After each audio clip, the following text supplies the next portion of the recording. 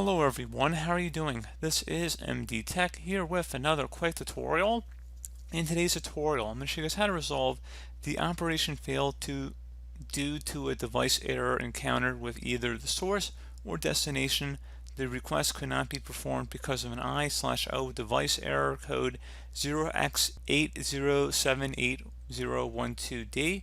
So this should hopefully be a pretty straightforward process here, guys, and without further ado, let's go ahead and jump right into it. So first thing I'd recommend doing would be to open up the start menu, type in services. Best result should come back with services listed right above app. So go ahead and left click on that.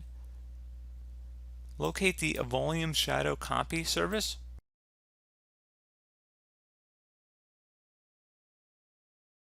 And double click on it.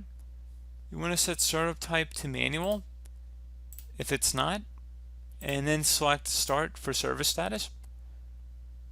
And then select apply and OK to save the change. And once you've done that, try and go and recreate the backup. Perhaps consider setting it as a different destination location, or make sure that it is an existing location that you are setting the backup to be saved to. So that's something you might also want to check out as well.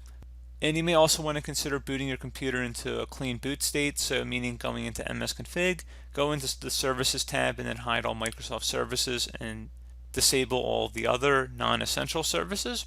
Restart the computer and then attempt to create the backup again, and then you can obviously re-enable all those services once you've done that. But pretty straightforward process, guys. Do hope that I was able to help you out, and I do look forward to catching you all in the next tutorial. Goodbye.